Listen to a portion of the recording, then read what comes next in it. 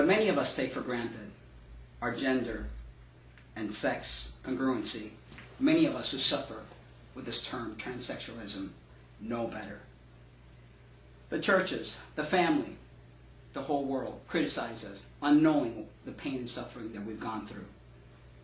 I get asked many times, when did you start feeling this? And I go within myself and realize that this feeling has been with me since I was 3 years old. A mere child, not knowing what sexuality, what orientation I had, because at that time, we don't know that. That as many times as my mother forced me to wear a dress, as many times as my mother would give me a doll, it felt like the wrong things. I was not a happy child. It is believed that transsexuals are really, really confused people, that they really don't know what they are. I've often heard parents of my trannies tell them, why don't you just stay as gay? What does that mean? What do you mean stay as gay? I'm not gay.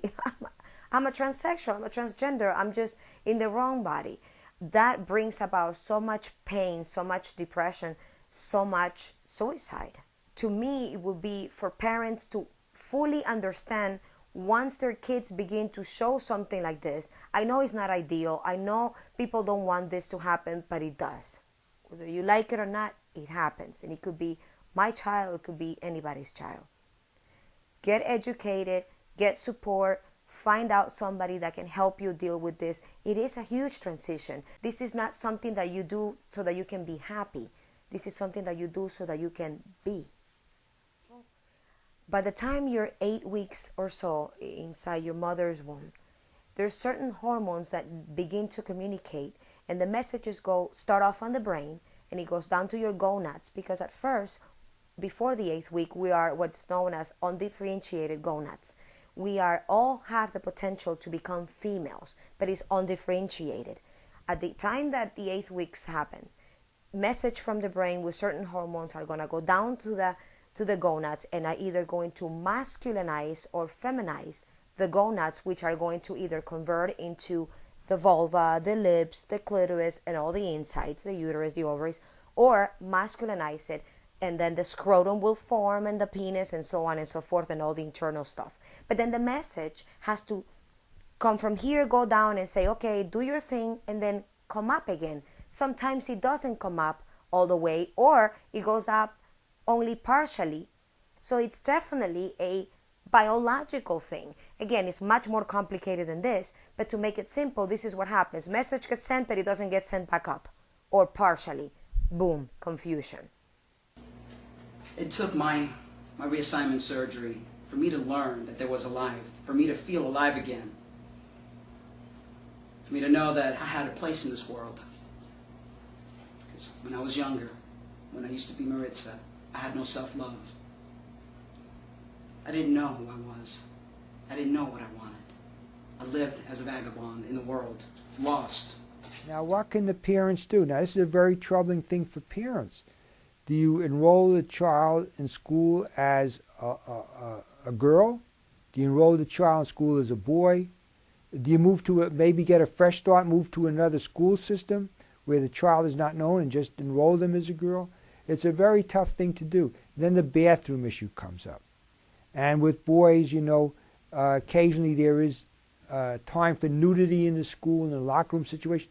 It becomes a very difficult situation with management, but it has to be dealt with. I don't know why people are against it, but there's a certain feeling that people have that, hey, you know, you might regret it, you know, and it's irreversible. You know, you can dress again as a man, but you don't have that penis anymore.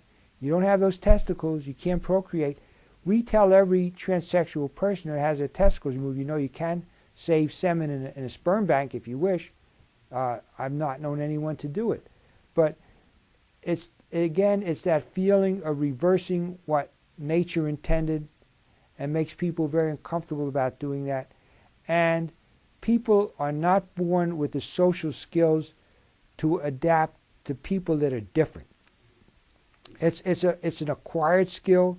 It requires a tremendous amount of liberalism, a tremendous amount of intellectual activity to accept someone that's different. And that's the heart of prejudice. That's why a white man may feel uncomfortable being with black people, and vice versa. I long for that family love. I long for my mother's affection. I long for her to look into my eyes and say, Mark, I love you, you're my son. That these individuals are not dangerous, they're not freaks, they're not out there to get you, to pervert kids, to rape our kids, to kill you. They're loving human beings like you and I are. We're trying to align our minds with our bodies. So what's wrong with that? Is the world going to come to an end because I get to be who I want to be?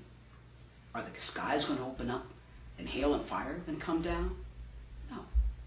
God created us in his image. I am the image of our Maker. There's no wrong and right answers. No two transsexuals are the same. I can only speak for myself and how I feel. We all have different journeys, and we all have different fates. This is my story. This is who I am.